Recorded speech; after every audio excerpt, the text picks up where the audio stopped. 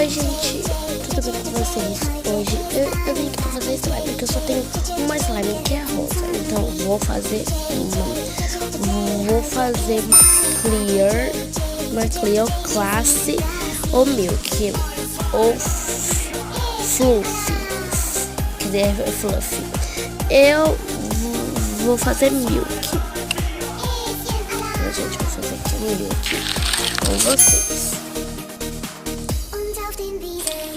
Gente, acabei de fazer minha slime e ela ficou assim, azul, bem milk e ficou bonita. Então, se vocês gostarem, então deixe seu like e se inscreva no canal para vocês não perderem nenhum vídeo nas notificações. Então, beijo, tchau!